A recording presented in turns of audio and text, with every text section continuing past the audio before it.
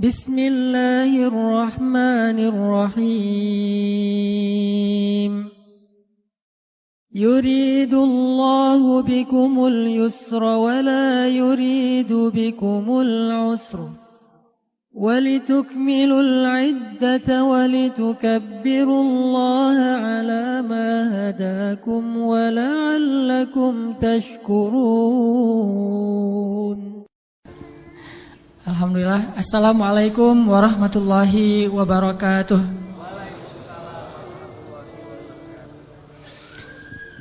Alhamdulillah, segala puji dan syukur kepada Allah Subhanahu wa taala. Senang sekali bisa ketemu lagi dengan teman-teman semuanya, para pemuda-pemuda kesayangan Allah Subhanahu wa taala insyaallah. Amin. Salawat dan salam semoga terlimpahkan kepada Nabi besar Muhammad sallallahu alaihi wasallam. Allah Subhanahu wa taala berfirman, A'udzubillahi minasyaitonirrajim. Bismillahirrahmanirrahim. Wal 'asr innal insana lafi khusr illal ladzina amanu wa 'amilus shalihat wa tawassaw bil haqq wa tawassaw bis sabr.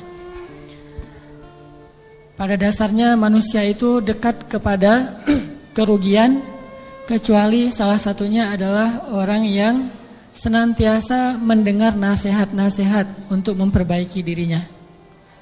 Salah satunya orang yang senantiasa mendengar nasihat-nasihat yang baik untuk menjadi lebih solih dan lebih bertakwa kepada Allah Subhanahu wa taala. Dan halaqah ilmu yang kita lakukan setiap pekan ini salah satu bentuk di antara nasihat-nasihat yang baik yang kita berbagi melalui majelis ilmu. Mudah-mudahan ini membuat kita tergolong di antara orang-orang yang qad aflahal mu'minun, orang-orang yang beruntung. Teman-teman, pada malam ini kita akan membahas seperti yang diposting di sosial media. Tadi juga disampaikan oleh MC kita, Buni. Kita membahas tema yang judulnya mungkin agak herei, agak kurang serius. Tapi insya Allah pembahasan kita pada malam ini insya Allah akan serius. Jadi saya tidak akan ketawa, karena biasanya juga gak ketawa, teman-teman yang ketawa ya. Kita akan membahas tentang apa? Ayo bareng-bareng 1, 2, 3. Ini kayak acara kuis di TV ya. Kita membahas tentang, saya mau ngomongin judulnya agak-agak kurang chemistry ini sama saya mah. Kita membahas tentang kok gitu. Udah disampaikan tadi tentang intronya kayak gimana, bahwa kok gitu ini membahas tentang realitas hubungan kita dengan Allah. Tentang realitas hubungan kita dengan Allah. Yang kayak gimana? Ya gitu. Kita sering memuji-muji Allah dengan lisan kita, tetapi pujian kita itu enggak selaras dengan hati kita.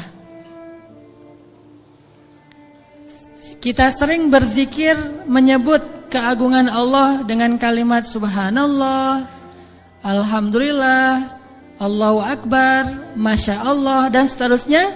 Kita memuji Allah dengan pujian-pujian yang indah, tetapi seringkali pujian itu tidak ada di dalam hati kita.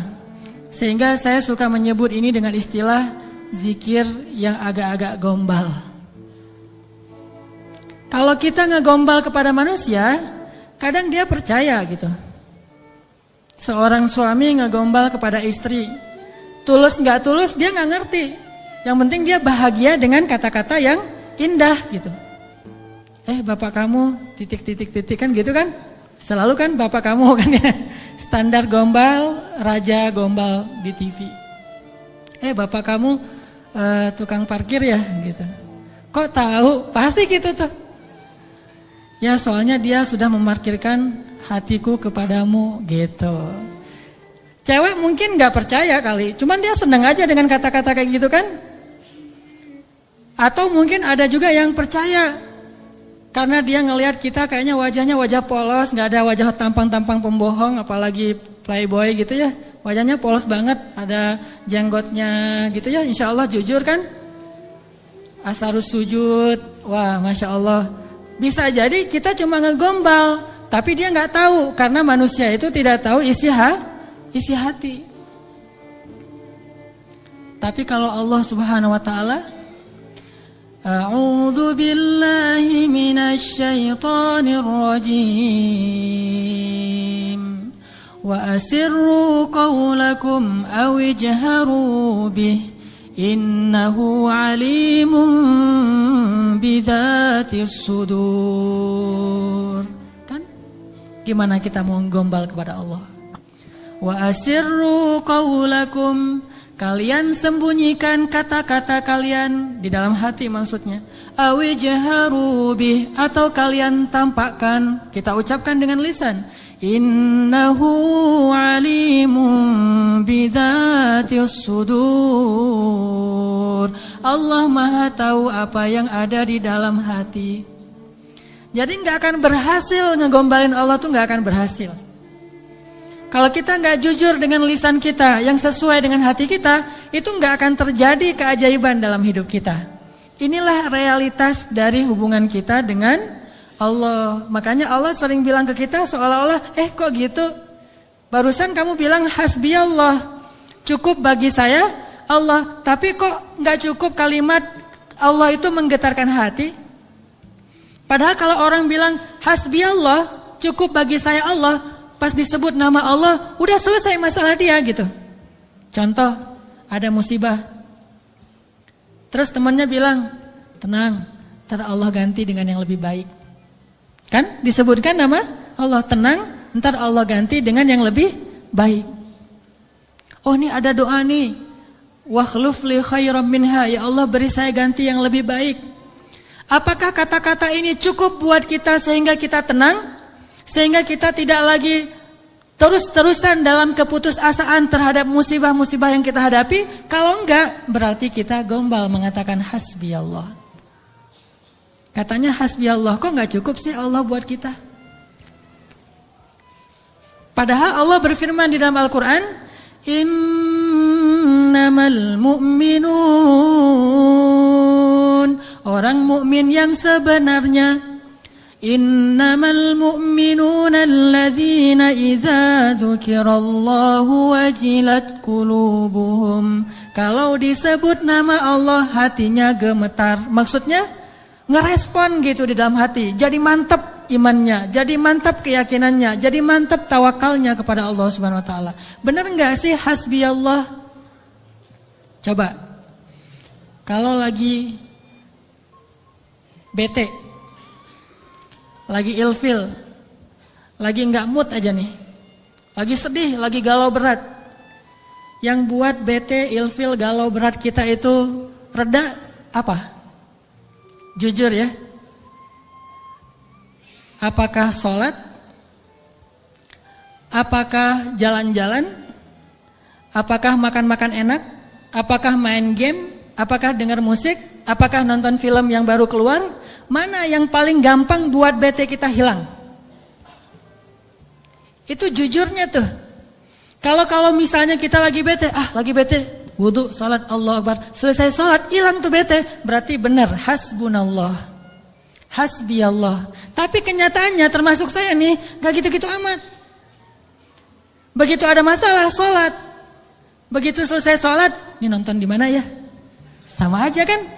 Sholat sih, cuman habis sholat ternyata belum cukup, belum hilang juga nih. Saya udah sholat, saya udah zikir, saya udah doa, saya udah tilawah Al-Quran, saya malah udah tahajud, udah puasa, tapi belum hilang juga, masih ilfil banget nih. Ya mau cari makan enak mau makan yang pedas-pedas gitu, atau mau cari kopi, berarti belum hasbun, belum cukup, masih butuh tambahan. Memang berpengaruh, tapi belum cukup. Salat ya menenangkan, cuma belum bisa menyelesaikan masalah. Berarti kita masih gombal dalam zikir kita. Makanya Allah bilang, kok gitu? Katanya saya cukup buat kamu. Kok kamu masih mencari solusi yang lain setelah saya? Kok kamu masih menyekutukan saya dalam mencari jalan keluar terhadap masalah-masalah kamu? Berarti kamu tuh gak benar ngomongin hasbi Allah. Orang yang benar-benar mengatakan hasbi Allah itu kayak Ibrahim tuh. Ketika dia masuk ke dalam api, dilemparkan ke dalam bara api, tiba-tiba Jibril datang kepada Ibrahim mengatakan, "Ya Ibrahim, alaka hajah? Apakah kamu punya sesuatu yang kamu butuhkan? Sal, tu'ta, minta kepada saya nanti saya akan kabulkan," kata Jibril. Apa kata Ibrahim? Amma ilaik fala. Kepada kamu? Enggak. Saya tidak butuh siapapun. Hasbiyallah wa ni'mal wakil. Baru Allah padamkan tuh api, keajaiban. Kenapa kita mengucapkan banyak kalimat zikir tapi tidak terjadi keajaiban-keajaiban dalam hidup kita? Mungkin kalimat kita itu belum jujur, belum sesuai dengan hati kita dan realitas kehidupan kita. Makanya zikir kita itu belum powerful. Harusnya zikir yang powerful itu begitu kita bilang hasbi Allah, api padam. Jadi kalau ada kebakaran, hasbi Allah, gak butuh telepon pemadam kebakaran, selesai sudah. Kenapa kita telepon pemadam kebakaran? Karena kita belum hasbi Allah secara jujur. Ini benar nih, walaupun agak-agak, contohnya agak-agak lebay mungkin ya, tapi benar loh. Kenapa kita ketika gak usah api yang membakar rumah lah, gak usah kebakaran, hal sepele aja. Masalah perasaan, masalah lapar. Bukankah Nabi mengatakan nanti makanan orang di akhir zaman adalah kalimat la ilaha illallah? Ini makanan orang di akhir zaman. Ketika muncul Dajjal, makanan kaum muslimin itu adalah la ilaha illallah. Begitu bilang la ilaha illallah, kenyang. Itulah orang yang selamat di masa Dajjal. Kira-kira kalau sekarang Dajjal keluar, kita selamat gak? Cari tahunya gimana? Kalau teman-teman lapar, coba bilang la ilaha illallah. Lapar masih lapar atau udah kenyang? Pasti masih lapar ya. Karena kita nggak menganggap Allah segalanya, hasbi Allah. Tapi nanti di akhir zaman, ketika Dajjal muncul, Nabi mengatakan makanan mereka pada saat itu adalah zikir subhanallah, alhamdulillah, Allahu akbar, la ilaha illallah. Itulah makanan mereka. Begitu mereka bilang subhanallah, la haula wala quwata illa billah, langsung kenyang. Anaknya bilang, "Pa, lapar." Bilang la haula wala quwata illa billah. La haula wala quwata illa billah gimana? Udah kenyang. Ya tuh. Itu benar-benar umat akhir zaman banget tuh. Kalau kita kayaknya bukan umat akhir zaman. Umat zaman edan. Kita ucapin la ilaha illallah masih lapar, sholat masih galau, udah zikir sekian ribu masih sedih, masih sakit hati. Kenapa? Karena kalimat kita itu belum jujur. Kok gitu kalimat kamu, kata Allah kepada kita. Karena Allah tahu isi hati kita. Wa asirru qawlakum aw jaharu bi innahu alimun bidzatis sudur. Seandainya kita jujur, Allah akan tunjukkan keajaiban yang luar biasa loh dalam hidup kita. Wa aufu bi'ahdi ufi bi'ahdikum wa iyaya farhabun. Kata Allah, jujur, tunaikan janjimu kepadaku, aku pasti akan tunaikan janjiku kepadamu, dan kepadakulah kalian akan lari. Maksudnya, kepada Allah kita meminta pertolongan.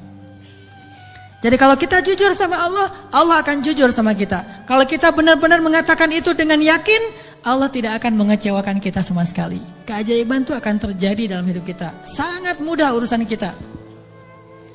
Saya sendiri sering membuktikan ini dan sering benar. Kalau ada yang keliru itu karena saya masih belum baik imannya. Misalnya contoh sederhana mau ceramah. Ceramah yang menurut saya paling beban adalah di sini. Di depan teman-teman semuanya. Kenapa? Karena saya selalu berharap ceramah sederhana saya itu benar-benar bisa menjadi suatu kebaikan yang bisa dibawa pulang oleh teman-teman sekalian. Pengen banget tidak mengecewakan. Jadi saya bukan perform untuk menghibur, tapi perform untuk memberi sesuatu yang kita cari bersama kan? Kita cari ilmu, kita cari iman, kita pengen datang ke majelis taklim itu pengen tajdidul iman, memperbaharui iman. Maksudnya pulang dari sini tambah yakin pengennya kan gitu ya? Pulang dari sini tambah semangat beramal soleh. Pulang dari sini semakin yakin untuk bergantung kepada Allah. Itu membuat saya terbeban. Ya Allah, jangan sampai penampilan saya buat mereka kecewa. Bukan karena pengen dielu-elukan ustadznya keren atau apa, enggak. Biar mereka tidak sia-sia waktunya datang ke sini. Terus gimana caranya? saya akan berzikir. Salah satu zikir yang selalu saya baca, Rabbi syrah li sadri wa yassir li amri wahlul 'uqdatam min lisani. Dan wahlul 'uqdatam min lisani saya ulang berkali-kali. Kenapa? Saya khawatir saya tidak menyampaikan sesuatu dengan jelas dan baik sehingga teman-teman tidak memahami. Wa yassir li amri wahlul 'uqdatam min lisani yafqahuna qauli. Dan ternyata setelah membaca ayat atau zikir ini, Allah seperti memudahkan. Muncul terus saja materinya itu yang dulu udah lama dibaca, muncul lagi. Dan itu nggak dikonsep. Teman-teman bisa nanya kepada orang-orang dekat saya, teman atau istri saya jarang ngonsep materi ini, malam ini mau bahas ini, terus nyusun dulu, apalagi buat slide. Itu bukan saya banget lah. Modalnya tuh benar-benar saya mengonsep materi, mencari bahan itu ketika saya di Mesir dulu. Itu masa-masa mencari bahan. Sekarang bukan masa mencari bahan, masa memahami realitas untuk menawarkan bahan ini loh. Dulu di Mesir nyari bahan, baca, dengerin terus saja selama 6 tahun. Sekarang diingat-ingat, yang mana ya? Yang ini. Oh ya, sampein. Artinya doa Rabbi syrah li sadri itu benar-benar memudahkan urusan. Termasuk kalau misalnya kita lagi ada masalah sama seseorang. Kita doa, ya Rabbi, mudahkan urusan saya. Mudah enggak? Kalau kurang mudah, berarti kita belum benar-benar jujur dalam kalimat kita kepada Allah. Jujur gimana? Kita yakin enggak sih Allah yang memudahkan urusan kita?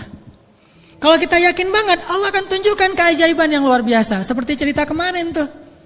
2 orang yang saling berhutang kan?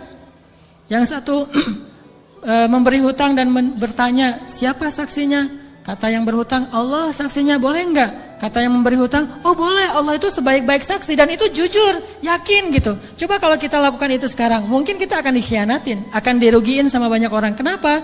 Karena enggak yakin banget kepada Allah SWT. Masih ada setitik ragu. Ntar kalau dia bohong gimana? Bukankah ada Allah? Ntar kalau dia lupa gimana? Bukankah ada Allah? Ntar kalau dia berubah pikiran gimana? Bukankah ada Allah? Ntar kalau dia hilang tiba-tiba nggak membayar hutang gimana? Bukankah ada Allah? Bukankah ada Allah ini jarang kita ucapkan. Kita masih ragu walaupun kita mengatakan hasbiyallah, hasbunallah. Makanya jarang ngelihat keajaiban.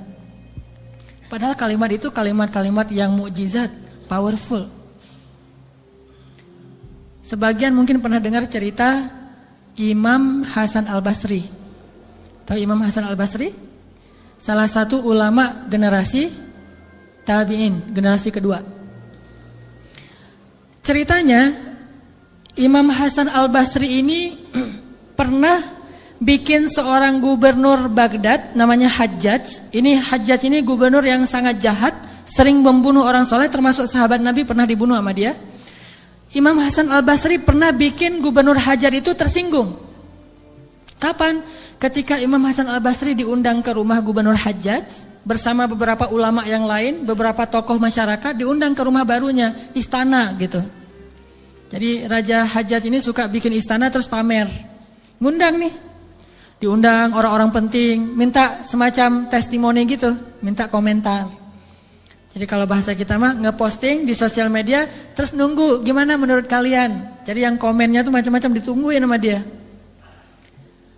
Nanya ke setiap orang yang tamu yang diundang, gimana menurut kamu istana saya? Rata-rata mengatakan ini bagus, istana pertama yang saya lihat yang paling indah segala macam. Bahasa-bahasa memuji lah. Dan gak jujur.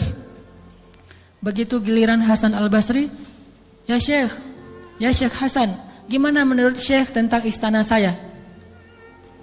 Syekh Hasan mengatakan, saya sama sekali tidak tertarik dengan semua ini. Sesungguhnya apa yang ada di sisi Allah lebih baik daripada apa yang ada di sisi Anda. Ini ucapan Hasan Al-Basri. Karena lagi ada acara makan siang kayak gitu, banyak orang, Hajjaj menahan emosi. Dia tersinggung banget, marah sebetulnya. Akhirnya udah selesai obrol-obrolan, makan, pulang. Saat pulang, Raja Hajjaj mengutus 2 orang prajurit untuk menangkap Hasan Al-Basri di tengah jalan. Suruh bawa balik lagi ke istana. Mau dia apa? Mau dipancung. Karena dia suka mancung orang soleh. Tangkap tuh Hasan Al-Basri. Di tengah jalan didatangi pengawal raja. Kemudian dibawa lagi ke istana. Mau dipancung. Begitu Hasan Al-Basri berhadapan dengan Hajjaj, Hasan Al-Basri kemudian berdoa di dalam hatinya. Yang tadinya Hajjaj marah besar, pengen bunuh Hasan Al-Basri, pengen memancung Hasan Al-Basri, tiba-tiba pas ngelihat wajah Hasan Al-Basri, Hajjaj ini berubah seperti orang yang kena hipnotis. Tiba-tiba dia tersenyum, tiba-tiba dia jadi orang yang humble, hangat banget, langsung memeluk Hasan Al-Basri. Selamat datang wahai Syekh, selamat datang, duduk. Syekh, beri saya nasihat, terus dikasih makanan, minuman. Setelah itu dipersilakan pulang, dikasih kendaraan yang terbaik. Sampai akhirnya Hasan Al-Basri keluar dari istana. Ketika di tengah jalan, pengawal-pengawalnya Hajjaj bertanya kepada Hasan Al-Basri, "Ya Syekh, kami tadi diutus oleh raja menangkap Anda agar Anda dipancung karena raja tersinggung dengan obrolan tadi ketika makan siang. Dan raja dalam keadaan marah besar. Tapi begitu bertemu dengan Anda, tiba-tiba dia berubah, jadi baik, jadi kasih sayang, jadi luluh, emosinya jadi reda. Apa yang Anda lakukan kepada dia? Apakah Anda punya sihir?" Kata pengawal. Kata Hasan Al-Basri, "Saya tidak pakai sihir." "Terus apa?" "Saya sebelum bertemu dengan Hajjaj, tadi saya berdoa." "Apa doanya?" "Ya Rabbi, Engkaulah yang menggenggam hidupku. Kepadamulah aku berserah. Ya Rabbi, padamkanlah amarah di hati Hajjaj sehingga aku selamat sebagaimana Engkau mendinginkan api kepada Ibrahim sehingga dia selamat." Ini yang dibaca oleh Hasan Al-Basri. "Ya Allah, padamkanlah amarah di hati Hajjaj sehingga aku selamat dari kezalimannya sebagaimana Engkau menyelamatkan Ibrahim dari api yang panas." Tiba-tiba Allah padamkan marahnya. Ini namanya zikir, doa powerful. Kenapa? Karena hati Hasan Al-Basri itu benar-benar bergantung kepada Allah itu 100%, gak ragu sama sekali. Gimana pun pengawalnya banyak, tidak membuat dia ragu kepada Allah. Allah lebih besar. Gimana pun kuatnya Hajjaj, tidak ragu kepada Allah. Allah maha kuat. Sehingga kalimat yang sesuai dengan hati, Allah tunjukkanlah keajaiban kepada Hasan Al-Basri. Langsung luluh, langsung berubah dari marah menjadi sayang kepada Hasan Al-Basri. Kenapa kita jarang melihat keajaiban? Karena ucapan kita itu belum selaras dengan hati kita. Gak yakin-yakin amat sama Allah. Sering bilang la haula wala quwata illa billah, tapi kita masih yakin ada kekuatan lain yang mempengaruhi hidup kita. Padahal kata Nabi kepada Ibnu Abbas, kalau semua orang berkumpul dan ingin menolong kamu, mereka tidak dapat menolong kamu kecuali dengan seizin Allah. Kalau mereka semua berkumpul ingin mencelakai kamu, mereka tidak bisa mencelakai kamu kecuali dengan ketetapan Allah. Allah, Allah, Allah, di tangannya lah segala kebaikan, di tangannya lah segala kerajaan. Tabarakalladzi biyadihil mulk wa huwa ala kulli syai'in qadir. Percaya enggak kita dengan ayat itu? Jawab dengan hati kita masing-masing. Kalau kita percaya, baru terjadi keajaiban dalam hati kita. Pernah menghadapi orang marah? Pernah? Sering kan? Siapa yang marah? Istri? Tahu gimana kalau istri lagi marah? Oh, belum tahu ya? Ya udah deh, ganti contoh. Orang tua deh, orang tua. Saya lupa aja nih kalau saya di hadapan para jomblo fisabilillah. Kalau istri lagi marah, padamkan marahnya itu bukan dengan hadiah dunia dulu.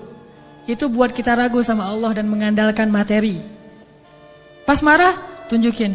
Mau ke Lombok, Bali, Jogja, atau Maldives. Pasti dia pilih Maldives tuh. Pas dia pilih Maldives, kita nangis. Kenapa? Dananya gak cukup. Makin marah dia tuh. Jangan nawarin materi dulu untuk meredakan marah seseorang. Karena kita akan bergantung kepada materi itu. Ternyata ampuh. Kalau dia marah, saya kasih tuh brosur. Brosur doang. Kalau lagi marah, nonton yuk.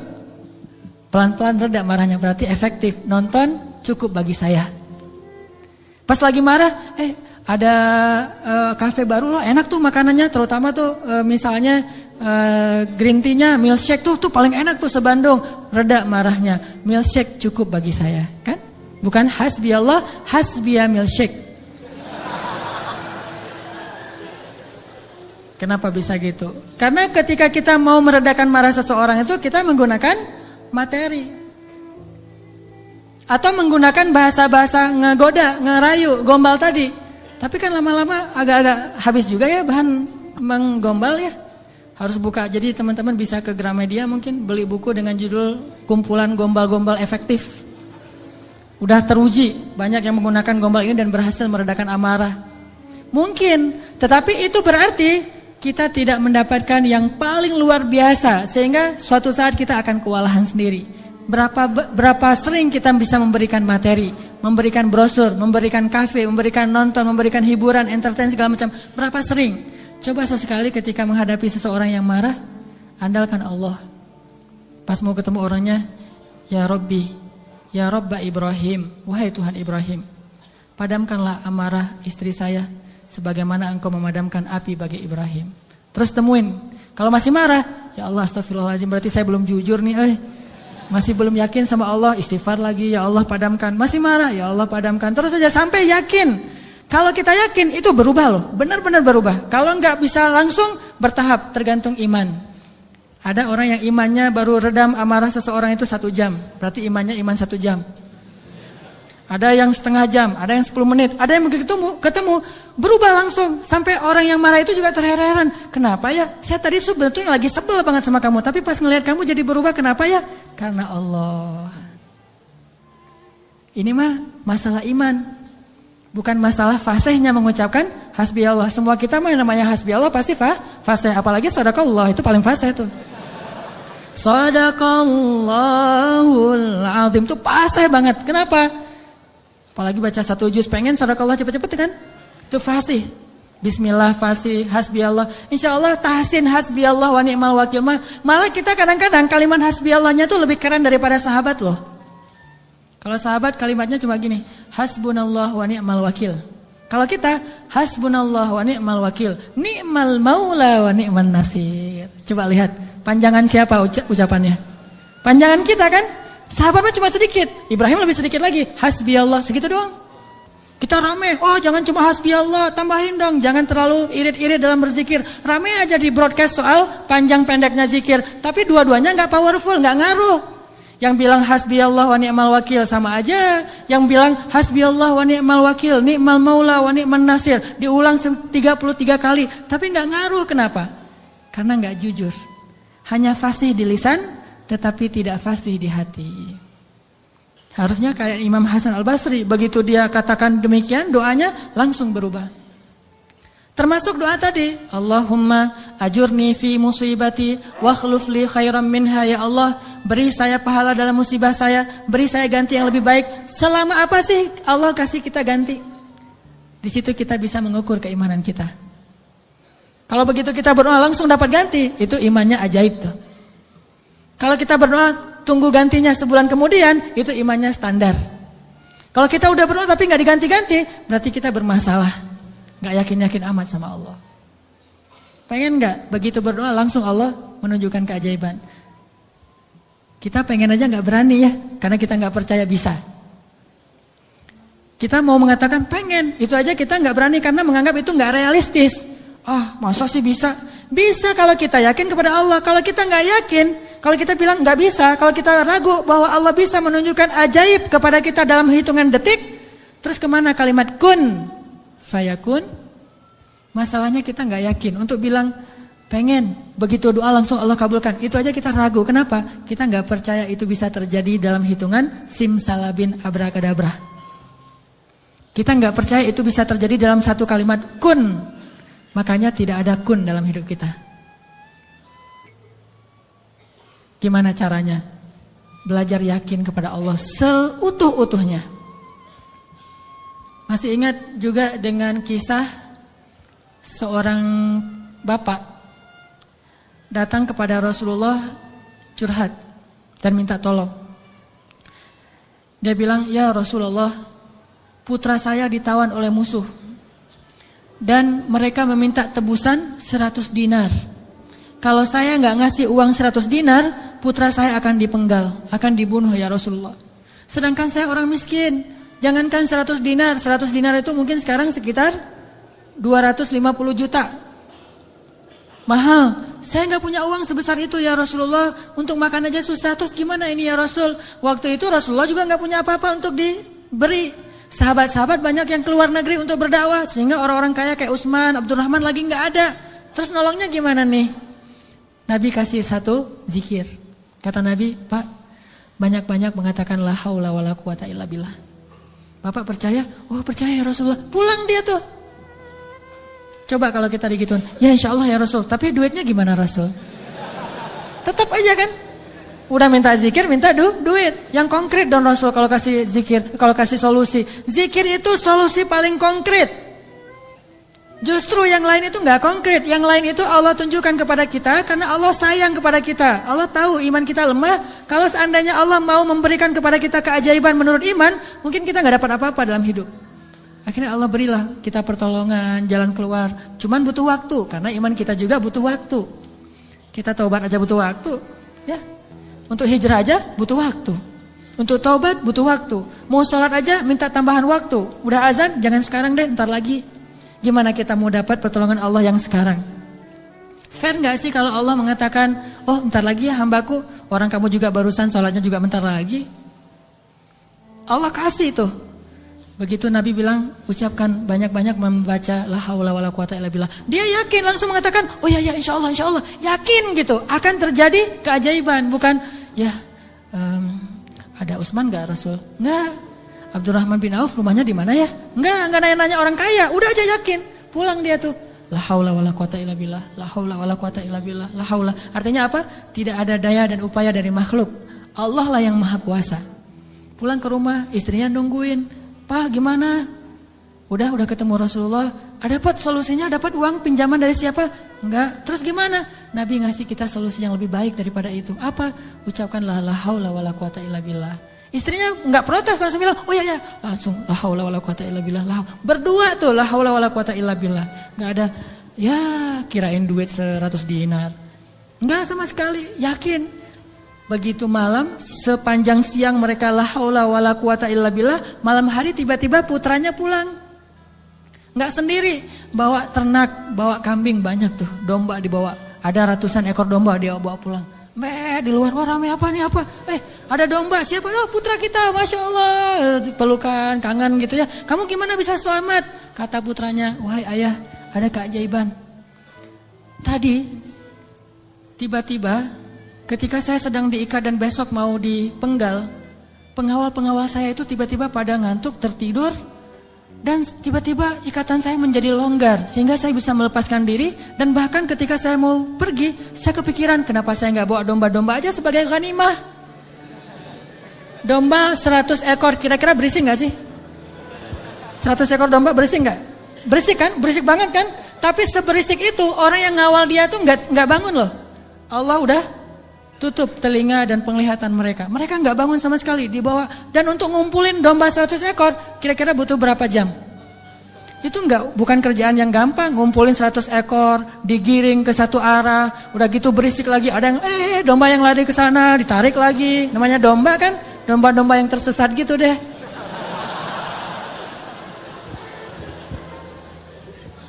Gimana coba? Tapi pengawalnya nggak bangun sama sekali sampai ke rumah. Pengawalnya mungkin belum bangun, atau mungkin nggak akan bangun lagi kali. La haula wala quwata illa billah. Baru ayahnya sadar, Masya Allah, la haula wala quwata illa billah. Dan ini orang yang mengatakan ini nggak disebutkan namanya dalam riwayat. Kenapa? Saking nggak terkenalnya.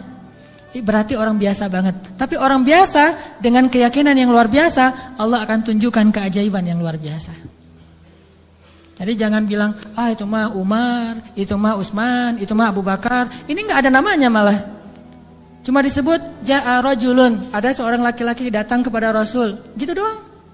Tapi Allah tunjukkan keajaiban yang luar biasa. Kenapa? Imannya. La haula wala quwata illa billah. Sehingga anaknya datang membawa domba, jadi kaya raya. Sama juga dengan cerita Fatimah bintu Rasulillah. Pasti tahu ceritanya. Karena Fatimah capek di rumah, gak ada pembantu, Ali sering berjihad, akhirnya dia ngurus anak sendiri. Anaknya laki-laki lagi, namanya anak laki-laki, bukan bandel, emang dia aktif gitu. Akhirnya Fatimah ngerasa agak berat nih kalau harus ngurus semuanya sendiri, nggak punya pembantu. Datanglah ke rumah ayahnya. Ayah, ya Rasulullah, ayah tahu keadaan rumah tangga saya bersama Ali. Ali orang yang sibuk bekerja, membela agama Allah, berdakwah, berjihad. Saya sendiri di rumah nggak ada pembantu. Boleh nggak minta seorang pembantu dari rumah ayah? Kan banyak pembantu Rasulullah yang jadi relawan tuh. Kata Rasulullah, ya Fatimah, mereka itu bukan pembantuku tetapi pembantu kaum muslimin. Jadi nggak mau dikasih kepada urusan keluarga. Maka pulanglah Fatimah. Oh ya ayah nggak apa-apa, pulang nih bersama Ali, nggak dapat apa-apa. Nabi kan nggak enak hati karena Nabi sayang banget dengan putrinya ini, putri kesayangan Nabi banget di antara putri-putrinya, Fatimah Az-Zahra. Akhirnya Nabi menyusul Fatimah ke rumahnya. Assalamualaikum, waalaikumsalam, dibukain pintu. Ya Fatimah, ya Ali, la tahzana, janganlah kalian bersedih. Mau aku kasih yang lebih baik daripada pembantu? Oh apa ayah? Kirain robot-robotan atau apa gitu ya. Pembantu yang dalam bentuk robot kan tinggal beli baterai aja tiap bulan atau dicas gitu. Apa ya ayah yang lebih baik daripada pembantu? Kita tahu. Kata Rasulullah sebelum tidur, bacalah zikir ini, ayat ini, maka insya Allah itu lebih baik daripada pembantu. Mereka protes enggak? Enggak. Oh ya, sami'na wa ata'na. Diamalin tuh, enggak pernah tinggal. Dan selamanya mereka enggak punya pembantu, tapi enggak pernah mengeluh lagi. Allah berikan mereka jalan keluar. Jalan keluarnya adalah dikuatkan hati dan kesabarannya. Itu keajaiban. Kenapa kita udah berdoa tapi hati kita masih lemah? Karena kita tidak berdoa dengan hati, tapi kita berdoa dengan kok gitu? Gak sesuai antara lisan dengan kenyataan. Ada lagi nih kisah yang mungkin sebagian teman-teman pernah mendengar bagaimana Rasulullah SAW pada malam perang Badar.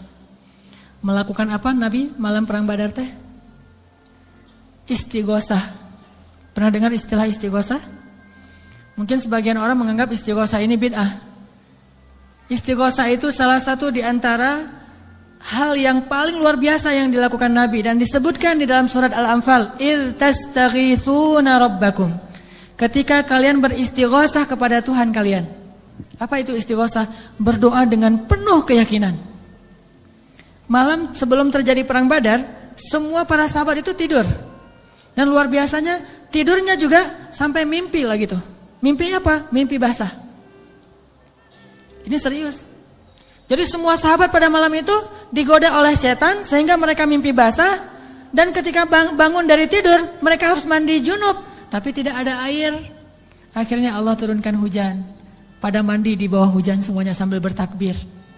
Pada malam itu cuma 2 orang yang gak tidur, Rasulullah dan Abu Bakar As-Siddiq. Ngapain? Doa kepada Allah. Salah satu yang terekam dalam sejarah di antara doa Nabi pada malam perang Badar apa? Ya Allah, seandainya besok kami semuanya terbunuh, maka saya khawatir tidak ada lagi orang yang menyebut namamu di muka bumi. Tolonglah hamba-hambamu ini ya Allah. Terus berdoa dan mengangkat tangannya tuh gak gini, tapi ngangkat tangannya tuh gini. 2 tangan. Nabi berdoa dengan mengangkat tangan setinggi-tingginya. Ya Rabbi gitu. Terus berdoa kayak gitu sampai syal Nabi jatuh, ditaruh lagi oleh Abu Bakar. Jatuh dan menangis sampai basah janggutnya Rasulullah SAW yang mulia. Kemudian Abu Bakar yang sedih mengatakan, ya Rasulullah hasbuk, hasbuk. Cukup ya Rasulullah, Allah sudah mendengar doamu, cukup. Nabi gak cukup-cukup, terus saja berdoa. Apa yang terjadi besok? Allah utus malaikat ribuan untuk menolong Rasulullah dan para sahabat. Dan kita lihat hasil perang Badar. Bukan karena dia Rasulullah, tetapi karena imannya adalah imannya seorang Rasulullah. Kalau kita punya iman minimal dekat atau mirip dengan imannya seorang Nabi, Allah akan tunjukkan mukjizat yang mirip dengan seorang Nabi, yang disebut dengan karomah. Itulah keajaiban. Jadi bukan mustahil. Kalau kita tidak pernah melihat keajaiban, itu pasti karena kita masih belum selaras antara lisan dengan hati kita. Masih ingat kalimat Nabi ditodong dengan pedang, dihunuskan pedang, lagi istirahat di bawah pohon. Nabi lagi istirahat nih. Tiba-tiba datang orang Badui, orang kafir, menghunuskan pedang di leher Nabi. Dan itu benar-benar mau membunuh Nabi. Nabi seorang diri, sahabat jauh. Terus laki-laki itu mengatakan, ya Muhammad, sekarang kamu sendiri. Kalau saya akan membunuh kamu sekarang, siapa yang bisa menolong kamu? Rasulullah dengan tenang dan mantap mengatakan, Allah. Kalimat Allah itu membuat laki-laki tadi gemetar dan jatuh pedangnya. Coba, ini kalimat Allah kayak gimana? Coba kita ucapkan Allah, ada yang gemetar nggak? Allah, apaan? Nggak dengar? Ya. Biasa aja. Jadi kalau ada musuh, misalnya kita lagi marahan nih di jalan, ada orang yang marah, pengen ngancam kita, Allahu Akbar, dia langsung gemetar gitu, langsung tunduk, langsung nggak bisa berdiri. Berarti ini Allahu Akbar kita ini udah benar-benar powerful. Tapi kenyataannya kan nggak pernah kan? Kita bilang Allah terus orang gemetar gara-gara kata-kata kita. Rasul bisa kayak gitu loh. Jadi kalimatnya sama yang kita ucapkan dengan yang Rasulullah ucapkan, tetapi hatinya beda. Nabi mengatakan Allah gemetar tangannya, jatuh pedangnya, diambil oleh Nabi, dihunuskan ke leher orang itu. Nabi bertanya, sekarang kalau saya mau membunuh kamu, siapa yang nolong kamu? Kata dia, engkau wahai Muhammad, cuma engkau yang bisa menolong saya dan menyelamatkan saya. Akhirnya Nabi membiarkan dia pulang, dan dia akhirnya pulang dalam keadaan selamat dan menyebarkan agama Islam kepada kaumnya. Jadi sesi pertama ini kesimpulannya apa? Salah satu di antara sebab tidak banyak terjadi keajaiban dalam hidup kita karena iman kita belum ajaib. Insya Allah nanti habis sholat isya saya mau sharing kisah-kisah yang menurut saya lebih powerful untuk jadi pelajaran buat kita dalam berdoa, berzikir dan memohon pertolongan Allah Subhanahu wa taala insya Allah.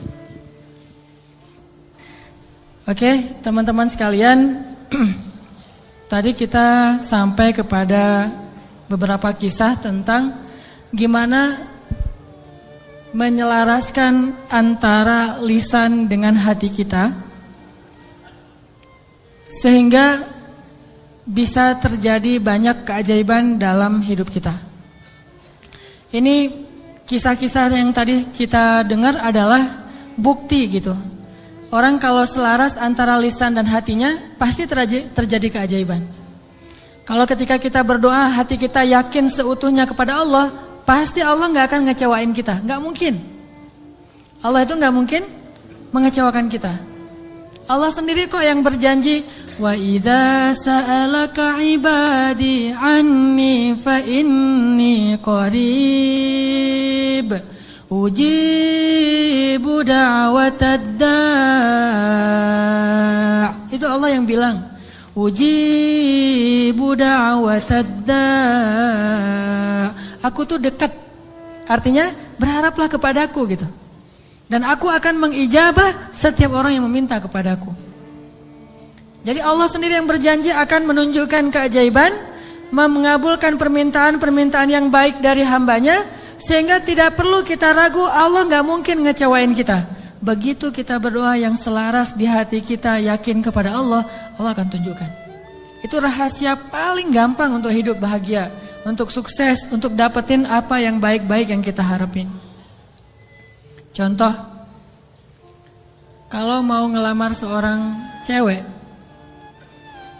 sebelum kita datang ke calon mertua, lobby dulu ke langit pemilik hati mertua. Jadi bukan dandan nomor 1, itu mah yang kesekian. Bukan misalnya bawa CV yang bagus, isi CV-nya teh. Kalau perlu tanggal lahirnya diedit, biar gak terlalu ketuaan gitu ya. Cuma diedit 1 angka doang, angka terakhir yaitu tahun. Kemudian pekerjaan, wira swasta. Kan sekarang wira swasta mah keren ya, pengusaha gitu ya. Walaupun wira swastanya masih baru merintis lah, saya mah gak mau terlalu makin jelek nanti. Wira swasta, jualan apa misalnya, apa aja lah, apa aja dijual gitu. Yang penting tidak menjual harga diri. Wah, semuanya diedit. Itu bukan yang paling penting. Yang paling penting adalah gimana ngelobi lah langit, pakai jalur langit. Minta kepada Allah yang menggenggam hati. Begitu di depan pintu pagar, la haula wala quwata illa billah. La haula, sampai 100 kali. Kenapa 100 kali? Sampai yakin banget ini Allah yang menentukan hati seseorang hamba. Bisa dibolak-balik. Bisa jadi awalnya si calon mertua ini udah punya calon sendiri buat anak yang perempuannya. Mungkin lebih tajir, mungkin lebih keren, mungkin lebih berewokan, lebih nyunah gitu ya. Kita mah seadanya, udah pakai wak doyok juga belum tumbuh-tumbuh. Ya gimana, udah begitu takdirnya kan, terimalah kenyataan. Akhirnya orang tua, calon mertua tadi yang udah punya rasa srek kepada yang lain, tiba-tiba berubah pas ngelihat kita. Wah, ini nih calon menantu saya nih. Kita baru mau ngomong, udah tenang aja. Kamu bukan hanya akan saya berikan anak saya, juga domba-domba gitu ya. Kan la haula wala quwata illa billah. Dikasih modal nikah, dikasih mahar, disiapin semuanya, dimudahin banget. Kenapa? La haula wala quwata illa billah. Itu lebih penting daripada mahar, lebih penting daripada bawa kendaraan apa walaupun minjem, lebih penting dari apapun. Lebih Allah dulu, pemilik segala hati hamba. Itu berlaku banget. Jadi kalau selama ini masih belum beruntung, berarti kurang la haula wala quwata illa billah. Tips supaya mengakhiri masa jomblo, yakin sama Allah, banyak-banyak la haula wala quwata illa, dan berani datang kepada calon. Kalau kata seorang pelawak, kalau kita jelek, jangan takut untuk mencintai seorang perempuan, karena yang takut itu harusnya yang dicintai, kan gitu ya. Kita mah nggak usah takut, yang dicintai yang takut. Yang datang ke saya kok wajahnya gini. Tapi itu mah cak lontong. Jarine cak lontong. Oke. Sama juga kalau misalnya seorang istri pengen membujuk suaminya. Membujuk ngapain nih? Membujuk tambahan saldo. Ini udah akhir bulan nih, tanggal 31, pakai la haula wala quwata illa billah. Itu ngaruh banget. Sambil senyum, sambil la haula wala quwata illa billah. Oh, ngerti mah, besok ditransfer gitu ya. Gak usah bilang, "Pak, uang bulanan," gak usah. Bilang aja la haula wala quwata illa billah. Lobi Allah sehingga dia jadi sayang sama kita, dikasih lebih. Jalan ke mall, lobi Allah supaya dia sayang sama kita, dikasih lebih. Jadi dibeliin apa. Ini semuanya karena kita yakin sama Allah yang Maha Kaya. Saya pernah dulu di tablik. Awal-awal saya dulu hijrah dari hidup gak jelas menjadi agak jelas. Saya waktu SMA juga masih belum jelas. Suka sama cewek tapi gak pernah disukai. Mungkin saya mirip dengan kata-kata Cok Lantong tadi kali ya. Suka, alhamdulillah gara-gara saya gak diterima, akhirnya saya gak pernah pacaran. Itu bukan karena saya gak mau pacaran, karena nasib aja. Jadi akhirnya gak bisa pacaran. Nah, pas udah jelas gara-gara datang jamaah tablik berdakwah di sekolah saya, akhirnya saya masuk ke tablik yang khuruj 3 hari, 40 hari. Di tablik itu ada pelajaran tauhid yang menurut saya bagus ya, inspiring gitu. Kalau kita lagi makan nih, kan makannya tuh rame-rame tuh, pakai talam gitu kan, makan rame-rame. Terus ada petugas khidmat namanya yang ngasih-ngasih lauk, nasi, ikan segala macam. Jadi SOP di tablik, kalau kita lagi makan, mau minta tambahan makanan, nasi, ikan atau lauk, itu nggak boleh minta kepada yang khidmat. Kita ngomong, Allah, ikan, Allah, datang tuh ikannya. Wah, ini ikan, Masya Allah, Allah kasih datang ikan. Di situ belajar tauhid tuh. Ternyata kuahnya kurang, Allah, kuah, Masya Allah, kuah, Masya Allah. Datang tuh kuah tuh. Soalnya orangnya dengerin gitu ya. Tapi walaupun ini agak-agak menurut sebagian orang aneh, justru di situ kita belajar yakin sama Allah. Makanya saya sering cerita, awal-awal saya dapat hidayah ke tabligh itu, lagi mau main bola, keluar dari sholat asar di masjid, bukan keluar sholat asar, lagi main bola depan masjid. Masjid di Aceh itu kan luas-luas, selamanya bisa main bola. Ada orang main bola, ada sapi yang lagi ngerumput, karena saking luasnya halaman masjid. Udah gitu, lagi main bola dipanggil sama seorang jamaah tabligh dari Pakistan. Dia nyebutnya Maulana gitu. Orang tabligh kan kalau udah level ilmu tertentu disebut Maulana. Maulana ini manggil saya, come here gitu. Saya datang, saya waktu itu masih anak muda gak jelas gitu. Duduk di sebelah dia tanya, dia tunjuk-tunjuk ke langit gitu. Gak bisa bahasa Indonesia. Saya bilang, kenapa? Oh, langit, saya bilang, langit Allah cipta, kata dia. Terus tunjuk ke pohon. Saya bilang pohon Allah cipta. Dia tahu bahasa Indonesia cuma satu kalimat, Allah cipta. Pohon Allah cipta. Saya tunjuk anak-anak, dia nunjuk anak-anak. Oh, Orang Allah cipta. Itu aja selama setengah jam. Begitu setelah setengah jam Allah cipta, tiba-tiba saya ngerasa kayak ada yang masuk ke dalam hati saya tuh sejuk banget. Saya langsung pergi wudhu, saya sholat kayak orang dihipnotis gitu. Sholat asar sendiri, udah selesai sholat asar sendiri, dia temukan dengan tablik yang ada di situ, orang lokal, masuklah saya ke tablik, khuruj 3 hari. Pulang ke rumah, saya dianggap orang aneh oleh orang tua saya. Wah, kamu gak boleh ke masjid lagi, kenapa? Kamu sekarang aneh. Aneh apa? Udah rajin ke masjid. Rajin ke masjid aneh dulu teh. Orang tua kan, takut ke jaring aliran apa mungkin yang mau jadi pengantin, bom bunuh diri atau apalah, takut. Terus saya mulai pakai jubah waktu itu, jubah putih, sorban putih. Begitu saya lewat depan tetangga ada anak kecil lagi main, dia bilang, "Mak, malaikat lewat gitu." Waduh, saya malaikat gitu.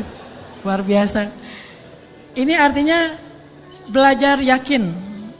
Kalau di beberapa dakwah itu benar-benar bab la ilaha illallah ini benar-benar kurikulum paling penting dan ini yang harus kita pelajari. Kalau kita ngandelin Allah banget dalam segala urusan, la yudayya'anallah, itu intinya. Allah nggak akan ngecewain kita. Manusia bisa banget ngecewain kita, bukan karena dia jahat. Kadang dia ngecewain kita karena emang dia nggak mampu untuk memuaskan dan membahagiakan kita. Bukan karena dia pengkhianat. Seorang istri, seorang suami kadang mengecewakan kita bukan karena dia nggak sayang sama kita, tapi dia nggak mampu memenuhi semua kebutuhan kita. Dia terbatas. Dan justru juga banyak orang yang sengaja ngecewain kita karena dia jahat. Tapi ada juga orang baik ngecewain karena dia nggak mampu. Tapi Allah maha baik dan maha mampu. Bukan cuma maha baik. Kalau baik doang nggak mampu, ya apa bisa kita lakuin kan? Tapi kalau baik dan mampu, nggak ada batas. La haula wala quwata illa billah. Keajaiban-keajaiban yang luar biasa terjadi dalam hidup kita kalau kita mengandalkan Allah, selaras antara lisan dengan hati kita. Saya pengen nanya ke teman-teman. Teman-teman pernah lupa? Sering ya? Lupa apa misalnya? Lupa diri. Kadang kita perlu lupa.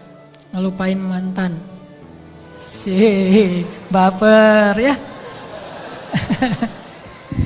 Karena lupa ini adalah solusi. Melupakan mantan itu benar-benar solusi yang paling konkret. Karena kalau nggak bisa lupa kita nggak bisa move on. Dan kalau nggak bisa move on kita nggak bisa ketawa. Kalau nggak bisa ketawa kita nggak bahagia. Pernah lupa kan? Lupa pelajaran, lupa ayat Al-Quran. Kayaknya kalau lupa ayat Al-Quran sering nih, terutama di juz-juz di tengah. Soalnya belum hafal. Jadi pasti lupa. Kalau teman-teman lupa, apa yang teman-teman lakukan? Hah? Kalau lupa gimana? Diingat-ingat. Diingat-ingat. Berapa lama butuh waktu untuk sampai ingat lagi? Kadang cepat, kadang lama ya. Ada tips dari ulama Al-Azhar. Setiap kita ujian di kampus di Al-Azhar itu selalu ulama tuh syekh, doktor, profesor masuk ke ruang-ruang kelas kita bilang gini, "Ya abnai, wahai anak-anakku." Ini indahnya ujian di Mesir itu gitu. Bukan cuma ujian tulis, tapi dapat nasihat lagi mau ujian. Nasihatnya jangan nyontek ya, bukan. Nasihatnya apa? Ya abnai, panggilannya lembut, wahai anak-anakku. Kalau nanti kalian mau kerjakan soal, jangan lupa bismillah. Kalau kalian lupa, jangan lupa. Kalau kalian lupa, ucapkanlah istighfar dan salawat. Allah akan mengembalikan ingatan kalian. Karena tidaklah seseorang itu lupa kecuali karena dosa-dosa. Maka istighfarlah. Itu nasihat yang setiap tahun saya dengar kalau mau ujian. Jadi ngena banget gitu.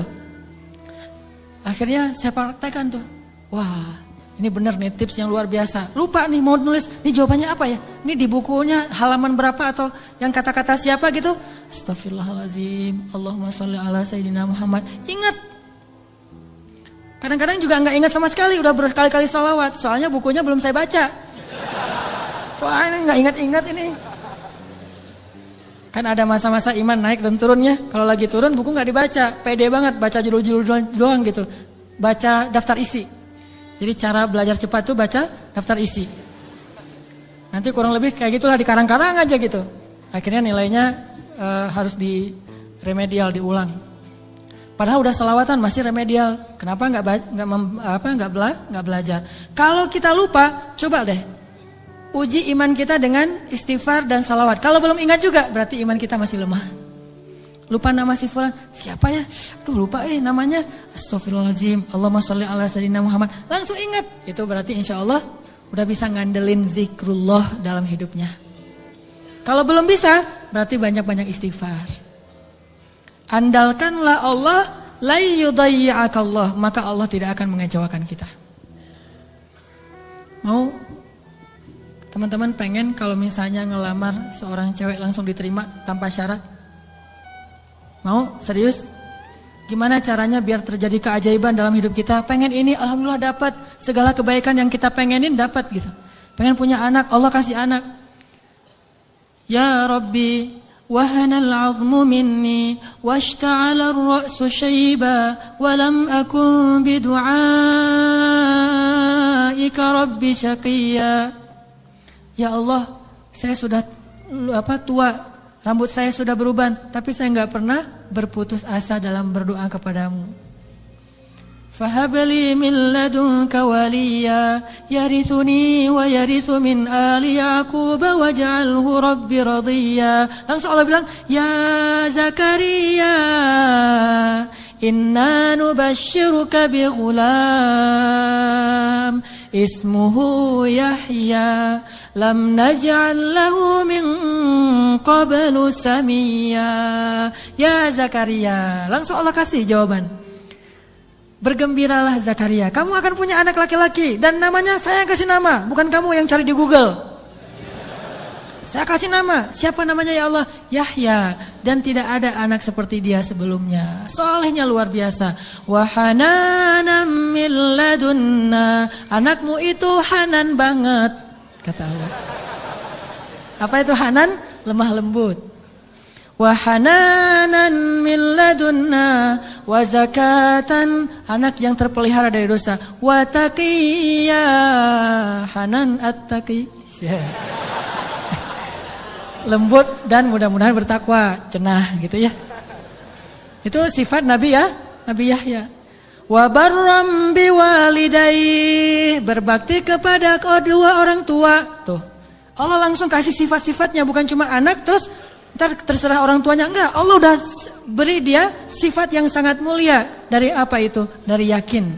Belum pernah kecewa dalam berdoa.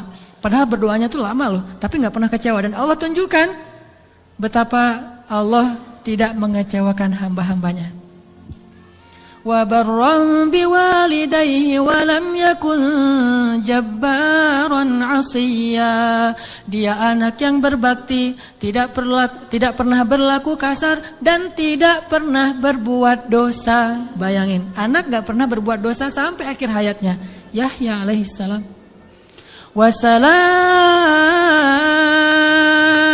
Wassalamun alaihi yawma wulida wa yawma yamutu wa yawma yub'atsu hayya.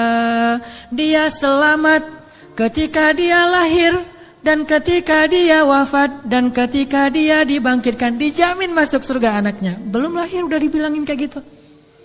Hasil dari mengandalkan Allah, yakin sama Allah. Dikasih, tenang aja. Aduh udah 10 tahun nikah belum dikasih anak, tenang. Nabi Zakaria kayak gitu, Nabi Ibrahim juga kayak gitu. Ada perempuan yang dulu pernah saya kisahin di zaman Nabi Musa, ya Rahim, ya Rahim. Tapi dengan yakin ngomong kayak gitu. Coba kita bilang ya Rahim tapi gak yakin, gak dapet tuh. Takdirnya gak akan punya anak, tapi karena dia ya Rahim terus, tiba-tiba Allah mengubah takdir. Sesungguhnya rahmatku lebih luas daripada takdir. Andalkan Allah. Gimana caranya biar kita dapat keajaiban? Buat Allah percaya sama kita. Itu tips yang paling penting. Buat Allah percaya sama kita. Kalau Allah udah percaya, udah selesai. Kalau Allah udah radhiyallahu an, Allah udah ridha, Allah udah percaya, Allah udah mengatakan kita siddiqun. Apa itu siddiq? Orang yang benar. Berarti Allah akan tunjukkan banyak sekali kebaikan dan keajaiban dalam hidup kita. Buat Allah percaya sama kita. Sehingga Allah menyebut kita orang yang benar.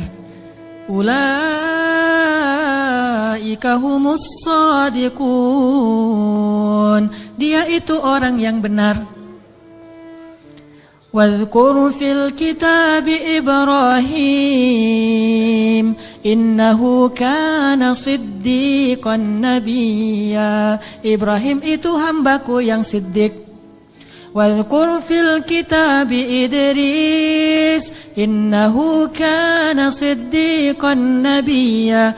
Hambaku Idris itu adalah hamba yang siddiq. Makanya Allah tunjukkan banyak keajaiban. Idris meninggalnya di mana? Wa rafa'nahu makanan 'aliyya. Kami angkat Idris ke tempat yang tinggi, yaitu ke langit kelima. Jadi ceritanya malaikat maut datang kepada Idris, pengen nyabut nyawa Idris. Kata Idris, wahai malaikat maut,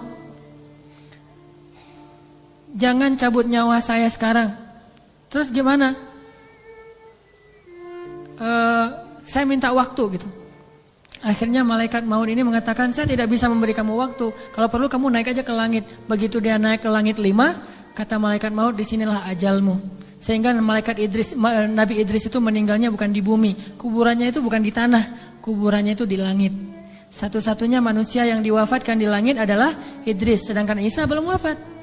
Kalau Idris diangkat ke langit dan diwafatkan. Isa diangkat ke langit dan Allah biarkan sampai nanti akan datang kembali di akhir zaman. Kalau Idris wafat, cuma wafatnya di langit. Coba, keajaiban. Kenapa? Innahu kana siddiqan. Karena dia siddiq, Allah percaya, Allah kasih dia keajaiban.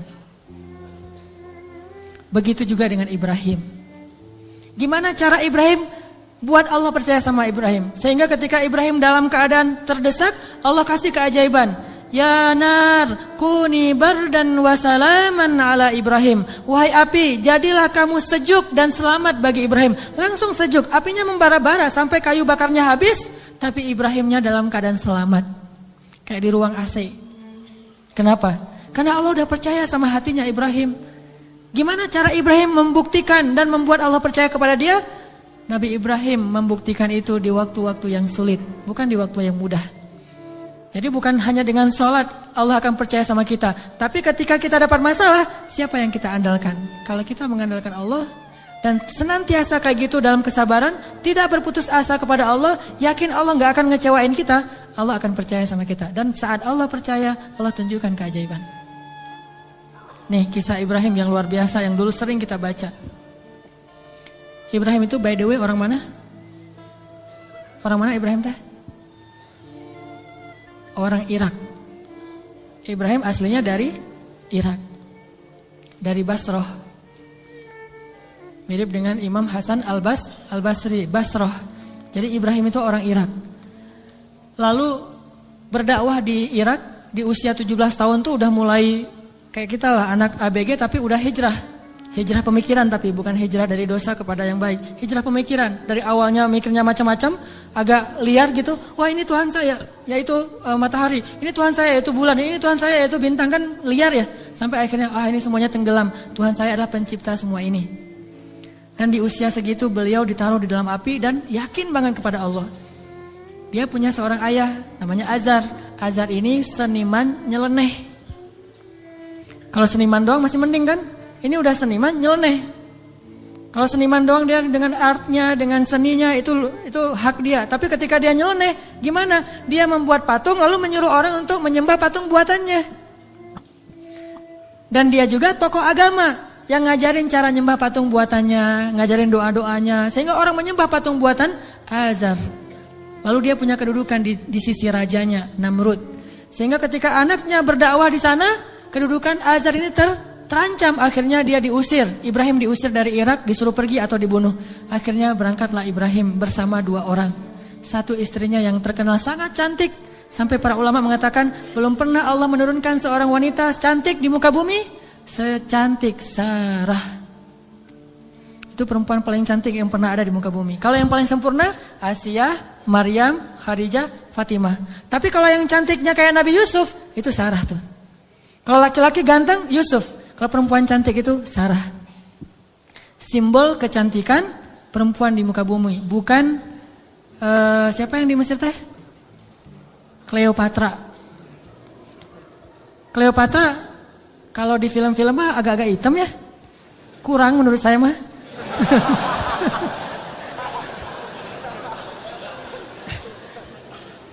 Kalau Sarah itu benar-benar cantik tuh, simbol kecantikan wanita di muka bumi. Nanti kalau punya anak jangan lupa kasih nama Sarah. Sarah. Nah, ditemani oleh Sarah, istri tercantik, dan seorang murid yang kelak juga jadi nabi, namanya Lut alaihissalam. Lut masih muda, masih ABG, baru belajar kepada Ibrahim. Jalan nih bertiga dari Irak menuju ke Palestina. Di tengah jalan lewat Mesir, Raja Mesir jatuh cinta kepada Sarah, namanya juga cewek cantik. Untung gak ada adegan ngiris tangan kayak Yusuf ya. Ngelihat Sarah, wah gitu, enggak. Karena dia bukan nabi, tapi cantik banget. Sampai raja aja yang di Mesir banyak cewek cantik, tapi masih jatuh cinta kepada Sarah. Saking cantiknya Sarah.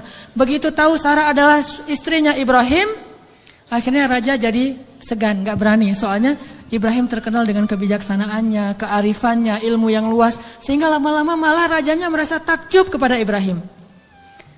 Karena tahu ilmu Ibrahim yang sangat banyak, ini menurut sebagian riwayat. Ini riwayat yang terakhir saya baca, ternyata yang paling kuat. Akhirnya raja ini menitipkan salah satu putrinya kepada Ibrahim yang kita kenal dengan nama Hajar. Ternyata Hajar itu menurut sebagian ulama, ini penelitian terakhir, bukan budak Mesir. Hajar itu putri raja. Raja ini punya puluhan anak dari banyak istri karena mereka tidak ada syariat, tidak ada 1, 2, 3, masna wa thulatha wa ruba. Adanya asyarah, isyrun, salasun, 10, 20, 30. Istrinya banyak gitu. Sehingga anaknya ratusan. Salah satu di antara anaknya yang perempuan, putrinya namanya Hajar. Dan Hajar ini putri kesayangan Raja Mesir. Dititipin kepada Ibrahim untuk jadi apa? Nyantri di rumah Ibrahim, belajar kebijaksanaan dari Ibrahim. Dititipin nih. Hajar juga cantik. Tapi tetap Sarah paling cantik. Berangkat ke Palestina, bertiga sekarang, berempat. Ibrahim, Hajar, Sarah, Hajar dan Lut. Sampai di Palestina sekian tahun, Ibrahim gak dikaruniai anak dari Sarah. Akhirnya Sarah karena merasa tidak tega kepada suaminya, dan suaminya sangat menginginkan anak laki-laki untuk meneruskan dakwahnya, Sarah nawarin kepada Ibrahim, Kang Ibra, wes. Kang Ibrahimovic kalau orang ini ya, kalau bola teh. Kang Ibra, apa neng? Ini Akang serius mau punya anak? Ya serius satu neng. Siapa juga yang gak mau punya anak? Ini mah kalau disundakan. Gimana kalau Akang nikah lagi? Tuh neng jangan canda tuh neng gitu. Malu-malu gitu ya. Ini senang dicerita yang gini-gini nih. Padahal saya bukan mau ngomongin ini ya, tentang la haula wala quwata illa billah, cuman agak-agak banyak gimmicknya. Jangan bercanda, udah nggak usah ngomong yang gitu-gitu, nggak lucu. Ini emang nggak lucu Kang, serius. Sambil menitikkan air mata ya. Enggak. Terus maksudnya gimana? Gimana kalau dengan Hajar? Hajar udah belajar lama dengan Ibrahim dan udah ketahuan oleh Sarah Hajar ini perempuan yang soleha, yang baik, yang bijaksana, cocok insya Allah untuk Ibrahim, dan dia lebih muda jauh. Akhirnya Nabi Ibrahim meminta petunjuk dari Allah. Kalau di kita mah sholat galau teh ya, istikharah. Sholat galau dulu. Kalau dulu Nabi Ibrahim minta petunjuk Allah, akhirnya Allah menyetujui. Ya udah, Sarah udah dapat petunjuk dari Allah. Gimana jawaban Allah? Ya aku sih terserah kamu. Atau aku sih yes, nggak tahu kalau kamu gitu ya. Ya udah kalau Mas Anang yes, saya juga yes gitu. Akhirnya yes, nikah nih sama Hajar. Udah nikah sama Hajar, langsung Hajar mengandung anak Ismail. Maka kami berikan kepada dia Ismail, anak yang ghulaman halima. Anak gulamun halim, anak yang sangat lemah lembut dan cerdas dan perasaannya peka gitu. Itulah Ismail. Sangat sabar. Punya Ismail kecil, namanya calon nabi kan ganteng. Nih by the way lagi ya, gak ada nabi yang jelek. Semua nabi itu keren. Maka insya Allah dai-dai juga para pewaris nabi harus keren. Ini maksudnya apa sih? Nabi itu semuanya keren gitu ya. Jadi jangan pernah ngebayangin ada nabi yang biasa-biasa aja, tua, jelek. Semua nabi itu keren-keren karena dia dutanya langit. Kita duta produk aja cari artis yang paling keren kan? Apalagi Allah nyari dutanya langit. Keren. Ismail kecil tuh udah luar biasa. Aura kenabiannya tuh udah kelihatan. Sehingga akhirnya membuat Sarah, ini mungkin ada benarnya juga kata orang dulu. Kalau pengen punya anak, maka suaminya suruh nikah lagi, punya anak, nanti kepancing. Yang pertama akan punya anak. Ternyata Sarah akhirnya hamil juga kan? Nah Ismail kecil.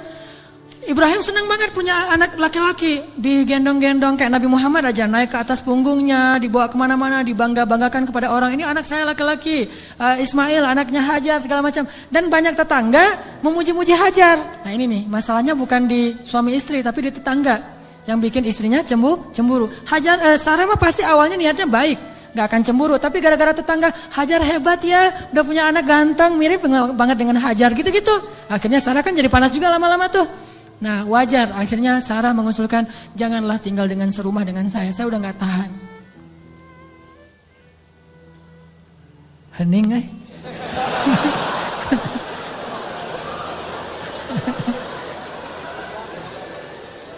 deg-degan dengan kayak gini, kayak film horor. Kata Sarah, wahai, lupa, bukan wahai, Kang Ibra, Neng teh udah gak tahan serumah sama Hajar. Kenapa tuh Neng? Ya semua tetangga muji-muji Hajar. Aduh Neng teh apa itulah? Oh ya udah, minta lagi petunjuk Allah. Akhirnya Allah kasih perintah. Perintahnya apa? Pindah rumah. Tapi nggak tanggung-tanggung, pindah kota, pindah negara dari Palestina ke Saudi Arabia. Dulu namanya Bakkah. Wahai Ibrahim, bawa Hajar dan anakmu ke sebuah lembah Bakkah. By the way, perjalanan dari Palestina ke Mekah butuh waktu 2 jam naik pesawat. 2 jam naik pesawat itu kurang lebih dari Jakarta ke Medan atau Jakarta Surabaya. Tapi Ibrahim tidak naik pesawat, tidak naik buruk, tidak naik onta, nggak naik kuda, jalan kaki. Apakah Hajar protes? Kemana Kang Ibra? Pokoknya ikut aja lah gitu. Oh iya udah ikut aja. Nggak pernah nanya kemana. Ini saya aja tadi nanya. Nggak pernah nanya kemana ya Ibrahim. Nggak. Kata Ibrahim, ya Hajar dapat perintah dari Allah kita ke lembah Bakkah. Ikut. Ya sami'na wa ata'na. Nggak pernah nanya kemana. Nggak pernah naik apa. Terus bekalnya gimana. Terus nggak ada rest area di mana aja. Di kilometer berapa. Nggak. Udah aja jalan gitu. Coba bayangin suami bawa istri. Kadang-kadang kesasar muter-muter, istrinya langsung, wah papa gak tahu jalan, pakai ini atuh GPS. Gak sabar ya. Atau suami ngajak jalan kemana gitu, udah mama turun di mall ini aja, nanti dijemput lagi gitu kan. Minta dijemput di mall. Kalau Hajar enggak, mau naik apa, kemana, sami'na wa ata'na kepada suami. Ini supaya Allah percaya sama Ibrahim dan Hajar. Jalan kira-kira dari dari Jakarta ke Surabaya jalan kaki berapa lama? Atau naik skateboard aja deh. Jalan kaki berapa lama? Tebak aja deh. 1 bulan ya. Perjalanan 1 bulan. Gak ada rest area sama sekali. Makanannya apa yang dibawa sebagai bekal? Roti keras yang kalau dimakan itu harus direndam dulu dengan air.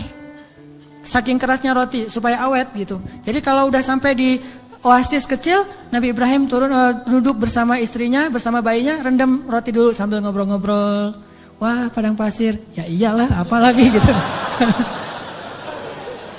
Direndam nih roti sampai akhirnya rotinya udah agak lembut, makan. Hajar ngasih ke anaknya. Udah gitu jalan lagi sebulan, bayangin. Nggak pernah nanya kemana sih Ibrahim. Ini nyasar kemana sih kita? Nggak bawa peta gitu? Nggak sama sekali, jalan aja. Sami'na wa ata'na. Begitu sampai di sebuah lembah yang kata Allah, biwadin ghairi dzi zar'in 'inda baitikal muharram. Di sebuah lembah yang tidak ada pohon apapun. Pohon yang di tempat lain di padang pasir aja tumbuh, ini nggak tumbuh sama sekali saking tandusnya. Udah sampai di lembah itu, kemudian Ibrahim mengatakan, disinilah tempat kita. Ini rumah kedua kita. Hajar nggak pernah banding-bandingin. Rumah Sarah enak tuh di Palestina. Kok saya ditaruh di sini? Enggak. Udah, oh iya, tinggal di sini teman Ismail. Dan nggak ngomong-ngomong juga ini gara-gara Hajar, gara-gara Sarah nih. Nggak nyalahin Sarah, nggak nyalahin Ibrahim. Sami'na wa ata'na. Buktikan itu biar Allah percaya sama kita. Kalau Allah percaya, Allah nggak akan ngecewain kita. Sami'na wa ata'na. Ya Ibrahim, ya. Tinggal di situ aja. Baru 3 hari tinggal di situ. Akhirnya Ibrahim mengatakan di satu pagi, ya Hajar, aku harus kembali ke Palestina. Baru di situ Hajar tanya, setelah sebulan gak nanya apapun, taat aja. Baru ketika mau ditinggal di lembah yang gak ada air sama sekali, cuma ada air di dalam tempat dari kulit yang mereka punya, dan itu hanya bertahan 1 hari lagi. Tiba-tiba Ibrahim bilang mau pergi ke Palestina lagi. Baru di situ Hajar bertanya dengan lembut sekali, ya Ibrahim, kenapa kamu meninggalkan kami di sini? Nanyanya gitu. Mendengar pertanyaan ini Ibrahim gak tega dan langsung pergi. Gak menjawab, gak ngelihat, pergi aja. Melihat suaminya pergi, anaknya lagi digendong. Ibrahim Hajar gak pernah mengatakan kamu tega sama saya. Kalau kamu tega sama saya minimal jangan tega dong sama bayi saya. Sinetron banget ya. Ini sama bayi saya nih, bayi kita Ibrahim. Ini hasil cinta kita berdua gitu kan. Enggak sama sekali, enggak baper lah. Iman tuh mengalahkan baper. Ya Ibrahim, kenapa engkau tinggalkan kami di sini? Cuma sesingkat itu pertanyaannya, lembut lagi tuh, dan enggak marah-marah. Pokoknya kalau kamu pergi jangan balik lagi. Enggak gitu. Ibrahim enggak tega. Akhirnya Ibrahim jalan aja. Begitu agak jauh Ibrahim jalan, baru Sarah nanya dengan pertanyaan yang benar. Allahu amaraka bihadza? Apakah Allah yang menyuruhmu begini? Allah. Jadi kalau A-nya panjang itu artinya apakah Allah?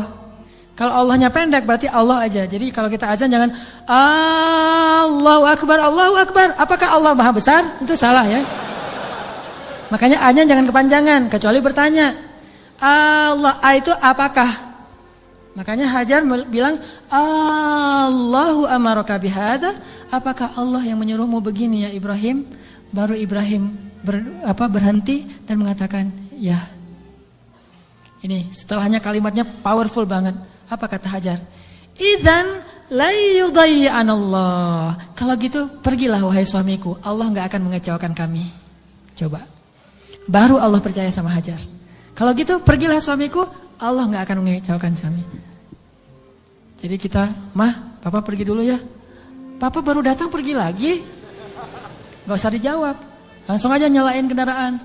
Nanti istri akan nanya, "Pak, Allah yang nyuruh Papa pergi." Gitu. Baru dijawab. Kalau dia nggak nanya gitu, berarti pertanyaannya salah. Jadi jangan dijawab. Udah jangan nyalain kendaraan deh. Pakai helm. Gereng. Ujung-ujungnya baru nanti dia SMS. "Pak, kemana Pak? Allah yang nyuruh Papa pergi ya." Baru kita bilang, "Bener Mah, Allah yang nyuruh." Yaitu untuk ta'lim. Kan Allah yang nyuruh kan? Ta'lim. Oh kalau gitu pergilah Pak. Selama-lamanya.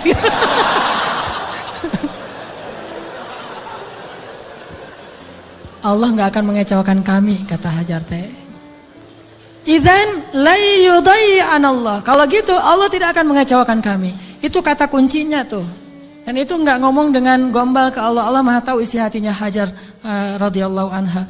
Makanya Allah percaya banget sama Hajar. Akhirnya pergilah Ibrahim. Nggak ngomong, ya suamiku jangan lupa kirim SMS ya. Udah sampai di mana kan khawatir gitu. Jangan lupa kirimin bekal setiap bulan 10 juta aja, nggak usah banyak-banyak. Nggak ada bekal. Tahu berapa lama Ibrahim meninggalkan Hajar di situ? 13 tahun. Nggak ada kabar, nggak ada apa-apa. 13 tahun. Kalau kita mah baru keluar 13 jam mungkin. Wah udah curiga nih. Nggak pulang-pulang 13 jam. Jangan-jangan pingsan lagi. 13 tahun nggak pulang-pulang. Hajar ditinggalkan dengan air hanya bertahan 1 hari aja. Udah gitu Hajar gendong anaknya Ismail tinggal di situ berdua aja di tengah padang pasir. Gelap banget kalau malam dingin, kalau siang panas banget. Dinginnya itu saya karena lama tinggal di padang pasir. Gini-gini saya ini orang padang pasir ya. Jadi kalau malam dinginnya tuh sampai kayak jarum nusuk-nusuk ke kulit. Itu di padang pasir. Dinginnya malam. Kalau pagi, kalau siang panasnya itu kayak kita dibakar. Ekstrim. Bawa bayi. Hari pertama masih aman, masih bisa minum, rotinya direndam. Hari kedua habis air, Ismail menangis. Panik kan? Ini gimana nih? Air cari di mana? Lari-lari yang kita tahu, naik ke atas bukit. Di mana ada burung yang kalau ada burung berarti pertanda ada air. Nggak ada burung, tapi ngelihat genangan air, turun lari. Karena pengen mendapatkan air buat anaknya yang masih kecil. Sayang banget sama Ismail. Pas turun lari ternyata nggak ada apa-apa, naik lagi ke bukit berikutnya namanya Marwah, turun mondar-mandir. Kenapa sampai 7 kali di tempat yang sama? Saking paniknya. Ismail terus dari kejauhan terdengar suaranya menangis. Pas Hajar sampai di bukit Marwah, suara tangisan itu hilang. Mulailah Hajar was-was dan khawatir, jangan-jangan Ismail sudah meninggal karena kehausan. Akhirnya Hajar berlari ke arah Ismail. Ketika dia mendekat, dia melihat seorang laki-laki bertubuh yang gagah gitu. Dia pakai baju jubah berwarna putih, dia pakai sorban berwarna putih, seperti saya pulang dari masjid. Malaikat, kalau ini malaikat beneran. Kalau tadi kata anak kecil, oh malaikat lewat gitu. Kalau ini malaikat beneran. Dan dia memberi minuman kepada Ismail. Dialah Jibril alaihissalam. Tapi Hajar kan nggak tahu itu Jibril. Dikirain orang yang mau perdagangan manusia atau apa gitu. Datang Hajar ke arah Ismail. Tiba-tiba laki-laki itu menghilang. Namanya juga malaikat, tling gitu aja hilang gitu. Udah hilang, dilihat di bawah kaki Ismail ada mata air yang kita sebut Zam-Zam. Minumlah, mulailah peradaban di situ. Dan Zam-Zam ini mata air paling ajaib di dunia. Paling berkah, seberkah susu ibu kepada anaknya. Kenapa saya bilang berkah? Dia keluar sesuai dengan kebutuhan. Ketika jamaah haji ramai di kota Mekah sampai 3 juta orang, mereka tidak kekurangan air Zam-Zam. Masing-masing minum, setiap datang ke masjid minum Zam-Zam, pulang dari masjid minum Zam-Zam, pulang ke kampung halaman bawa Zam-Zam 1 liter, 5 liter, 10 liter, kan? 3 juta orang, tapi nggak pernah kurang dan nggak pernah kering air Zam-Zamnya. Keluar terus untuk 3 juta orang. Begitu musim haji selesai, Zulhijjah berlalu, berganti dengan bulan Muharram, di stoplah haji dan belum dibuka visa umroh sehingga Mekah sepi. Kalau kita umroh di waktu itu yaitu umroh transit, kita bisa cium Hajar Aswad setiap kali kita putaran tawaf. Saking sepinya, tapi air Zam-Zam tidak membanjiri kota Mekah. Kalau lagi rame, keluar banyak. Kalau lagi sedikit, keluar sedikit. Air yang sangat berkah, keajaiban dari Allah. Akhirnya tinggallah di situ. Yang luar biasa, 13 tahun tidak dijenguk oleh suaminya, Hajar nggak pernah ngejelek-jelekin ayahnya Ismail di hadapan Ismail. Kamu harus tahu, kamu nggak boleh seperti ayahmu nanti kalau udah gede. Enggak sama sekali. Ini imajinasi sejarah ya, biar kita tahu gimana sebenarnya Hajar. Saya nggak, walaupun ini agak herai tapi serius.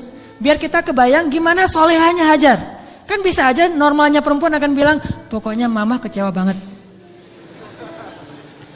Jangan sampai kamu mengulangi ini kepada istrimu. Hati perempuan.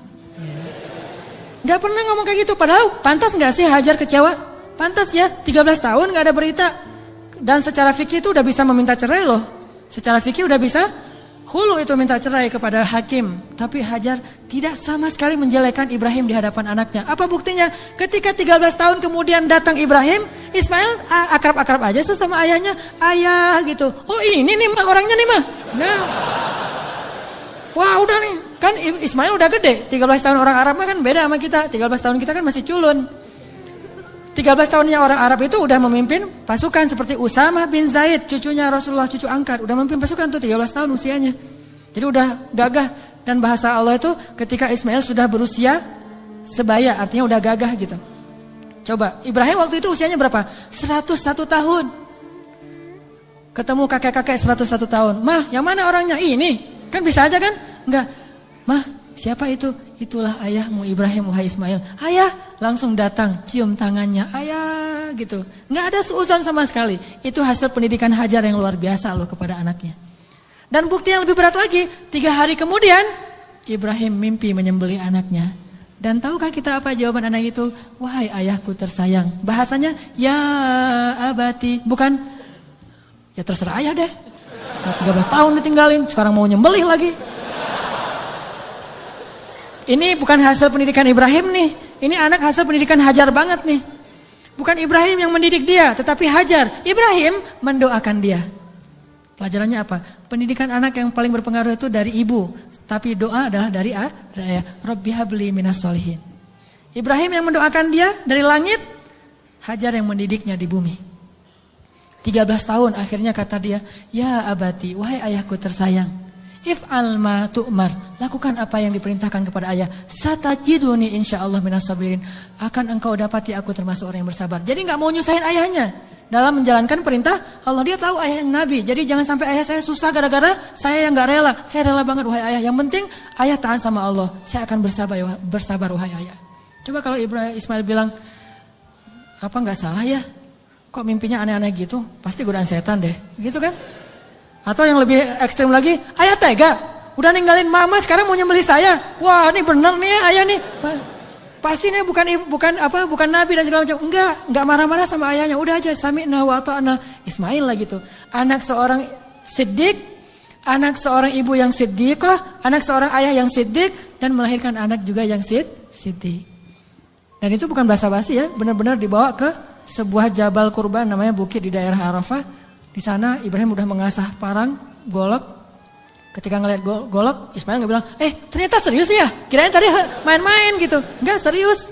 Ismail tahu, udah ditidurkan Ismail. Sebelum ditidurkan Ismail curhat dulu sama ayahnya. Ya ayah, ya abati. Abati itu panggilan lembut. Kalau yang biasa ya abi. Jadi kalau kita bilang abi itu biasa. Kalau mau lebih lembut, abati, itu lembut banget. Wahai ayahku tersayang. Ya abati. Supaya ayah tidak berat hati dalam melakukan perintah ini, tolong tutuplah wajah saya, biar ayah nggak ngelihat wajah saya. Takut kasihan. Oh ya, ditutup. Wahai ayah, tutup tubuh ayah dengan kain supaya darah saya tidak mengenai baju ayah dan dilihat oleh ibu. Nanti ibu jadi sedih. Ditutup. Wahai ayah, sampaikan salam saya ke ibu. Saya sayang sekali kepada ibu. Coba gimana hati seorang ayah? Terakhir, ayah, tajamkan pisau itu supaya memudahkan saya. Berarti yakin banget kan? Gak ada sama sekali kepikiran oleh Ismail, tenanglah ntar diganti dengan domba. Gak kepikiran. Itu mah kita yang udah yakin karena udah baca buku. Dan salah lagi baca bukunya. Buku yang kita baca tuh Ismail tiba-tiba berubah jadi domba. Terus Ismailnya kemana? Kan gitu kan bukunya? Padahal gak gitu. Ismailnya dibangunkan, dombanya keluar dari bukit terus disembelih. Bukan Ismail berubah jadi domba, tetap aja anaknya. Cuma ada dikutuk jadi domba kan? Saya kayak malin kundang. Enggak, itu mah salah dalam catatan buku sejarah. Ya ayah, sampaikan salam saya ke ibu ya. Dan tolong jangan ceritakan ini dulu kepada ibu. Padahal dia tahu ibunya soleha banget dan kuat banget. Akhirnya ditaruhlah golok itu di leher Ismail. Dan Ibrahim mengatakan Bismillahirrahmanirrahim, Allahu Akbar. Mau ditarik tuh. Yakin dan Allah tahu isi hati Ibrahim. Mau ditarik, Ismail udah pasrah aja. Udah ini terakhir kali saya hidup di dunia. Baru ketemu 3 hari dengan ayah saya. Pas mau ditarik, Allah tahan tangannya Ibrahim seperti orang stroke, gak bisa gerak gitu. Baru Allah berfirman, Ya Ibrahim, qad saddaqtar ru'ya. Engkau sudah membenarkan perintah. Allah udah percaya sama Ibrahim sekarang. Ditahan. Akhirnya kata Allah, angkat Ismail. Ini adalah balaun mubin. Inilah ujian yang berat untuk melihat siapa yang benar-benar beriman. Gitu cara Allah percaya sama kita. Lewat ujian hidup kita, lewat masalah-masalah kita. Apakah kita masih yakin sama Allah? Sampai ke titik darah penghabisan masih yakin sama Allah? Justru di titik itulah nanti Allah percaya sama kita. Allah ganti semua musibah itu sebagai rahmat. Allah kasih dia seekor domba yang sangat besar. Dan kelak itu menjadi syariat yang sangat indah bagi kaum muslimin. Diabadikan sepanjang masa, ribuan tahun dikenang. Ini bukti. Maka buat Allah percaya sama kita, maka Allah gak akan mengecewakan kita. Ingat kata-kata Hajar, la yudayyi'anallahu idzan. Kalau Allah yang memerintahkan gini, berarti Allah tidak akan mengecewakan saya. Cukuplah Allah yang menyuruh kita, yakin Allah gak akan ngecewain kita. Udah setelah itu hasbunallah, la haula wala quwata illa billah, tawakkaltu 'alallah, aslamtu ilallah, dan seterusnya. Insyaallah kita akan melihat keajaiban. Itu aja teman-teman yang dirahmati Allah. Mudah-mudahan kita menjadi orang yang bisa selalu mengandalkan Allah dalam hidup kita. Sampai Allah percaya sama kita, lalu Allah menunjukkan keajaiban dalam setiap urusan kita. Marilah kita tutup dengan berdoa. Semoga ilmu yang sederhana yang baru kita dapatkan benar-benar menambah semangat kita untuk lebih yakin kepada Allah Subhanahu wa taala. A'udzu billahi minasy syaithanir rajim. Bismillahirrahmanirrahim. اللهم لك الحمد ولك الشكر يا رحيم لك الحمد ولك الشكر يا كريم لك الحمد ولك الشكر يا أرحم الراحمين اللهم إليك أسلمنا وبك آمنا وعليك توكلنا وبك خاصمنا وإليك أنبنا يا رب العالمين يا رب العالمين يا رب العالمين اللهم أنت ربنا لا إله إلا أنت خلقتنا ونحن عبادك يا خالق يا خالق يا خالق يا رازق اللهم أسلمنا إليك أنت الحي القيوم أنت الذي لا تأخذه سنة ولا نوم أنت الخالق يا الله بيدك الخير يا الله أنت الذي على كل شيء قدير Ya Allah, segala kebaikan ada di tangan-Mu ya Allah. Ya Allah, Engkaulah yang maha pemurah ya Allah. Ya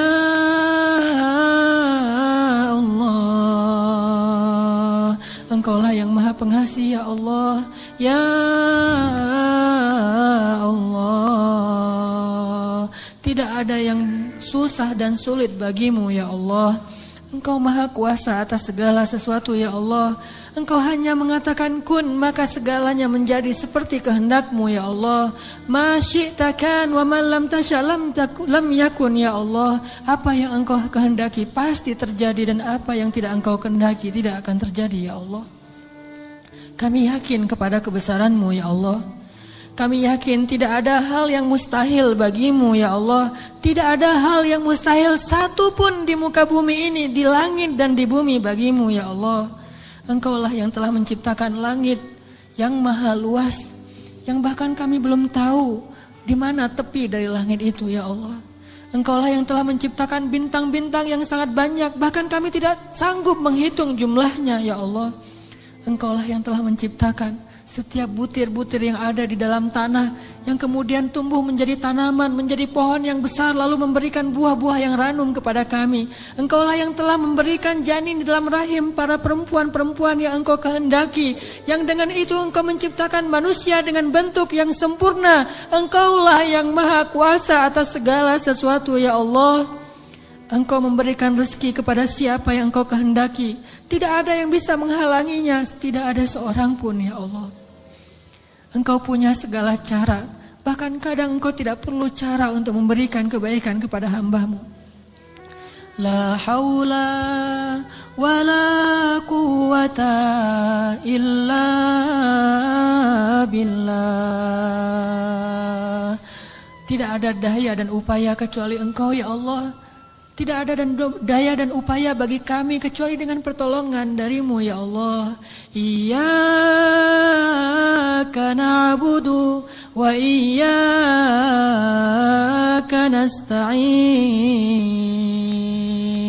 Wa iyyaka nasta'in. وإياك نستعين.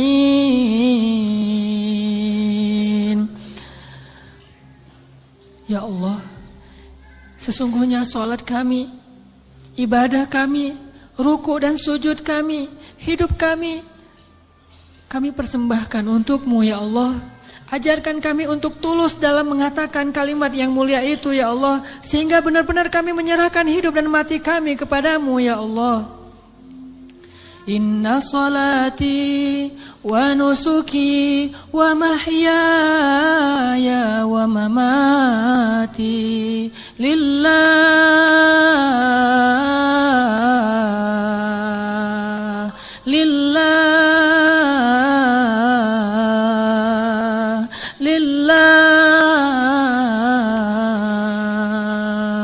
wa mahyaya wa mamati lillahi rabbil alamin. Ya Allah ya Arhamar Rahimin, kuatkanlah hati kami dalam keimanan ya Allah. Kami tidak tahu bagaimana keadaan kami di akhir hayat kami nanti. Bisa jadi saat ini kami menjadi orang-orang yang dekat kepadamu, tiba-tiba di akhir hayat kami menjauh darimu, dan tidak ada yang bisa menyelamatkan kami hari itu kecuali Engkau ya Allah. Bisa jadi sekarang kami rajin ke masjid, sholat berjamaah, tetapi di akhir hayat kami berputus asa sehingga kami meninggalkan panggilanmu ya Allah. Kami berlindung kepadamu ya Allah dari kelemahan diri kami sendiri ya Allah. Kami tahu Nabi-Mu pernah bersabda, bisa jadi seseorang sepanjang hidupnya beramal solih, amal ahli surga sampai jaraknya dengan surga hanya sejengkal saja, tetapi berlalulah ketetapan yang lain sehingga dia mati dalam keadaan syirik dan kufur dan masuklah dia ke neraka. Kami berlindung kepadamu dari keadaan orang seperti itu ya Allah. Tidak ada yang bisa menjamin kami selamat. Bukan ibadah kami, bukan sholat, bukan sujud, bukan rukuh kami, bukan kesolehan kami. Bahkan orang yang paling soleh seperti seorang laki-laki Bani Israel bisa kufur dan akhirnya su'ul khatimah di akhir hayatnya ya Allah. Hanya Engkau yang bisa menjamin akhir hayat kami ya Allah. Kami belum merasa aman meskipun sekarang kami bersyukur mendapatkan hidayah untuk berhijrah. Tetapi tidak ada yang menjamin kami bisa istiqomah seperti ini sampai akhir hayat ya Allah. Ya muqallibal qulub, ya muqallibal qulub, tsabbit qulubana. Wahai yang membolak-balikan hati, tetapkanlah hati kami dalam keimanan ya Allah. Tetapkanlah hati kami dalam keimanan ya Allah sampai akhir hayat kami, agar kami bisa menutup usia kami dengan kalimat la ilaha illallah, dan hanya itulah jaminan bagi kami untuk selamat di akhirat ya Allah. Ya Arhamar Rahimin, kami kadang pernah melihat saudara-saudara kami yang Engkau uji dengan sakit yang amat berat, dan mereka bersabar menghadapi ujian itu. Mereka miskin, lalu Engkau uji dengan sakit yang bahkan banyak para dokter mengatakan mungkin tidak akan sembuh lagi, dan mereka hampir tidak punya harapan untuk sembuh, tetapi mereka bersabar dan ridho dengan ketetapan-Mu. Lalu kami menyadari, bagaimana jika kami yang Engkau berikan ujian seperti itu? Apakah kami akan sabar atau kami akan berputus asa ya Allah? Ketika kami harus merasakan sakit 24 jam dalam sehari yang luar biasa rasanya, apakah kami akan bersabar atau kami berputus asa sehingga kami datang kepada para dukun atau akan bunuh diri dalam keadaan kufur ya Allah? Tidak ada yang menjamin kami akan kuat pada hari itu kecuali Engkau ya Allah. Wahai yang menggenggam hati hamba-hambanya, genggam eratlah hati kami dalam kasih sayang dan hidayah-Mu ya Allah. Kami berserah diri kepadamu ya Allah.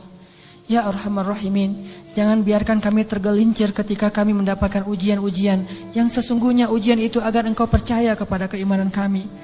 Sadarkanlah kami selalu, agar kami selalu percaya bahwa ujian adalah agar kami membuktikan keimanan kami kepadamu, sehingga kami bisa bertahan dalam ujian itu ya Allah.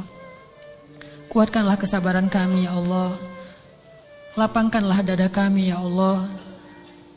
Bimbinglah pikiran kami agar selalu berhusnuzon kepadamu dan kepada hamba-Mu ya Allah. Ya Arhamar Rahimin, bantulah kami dalam segala masalah kami ya Allah.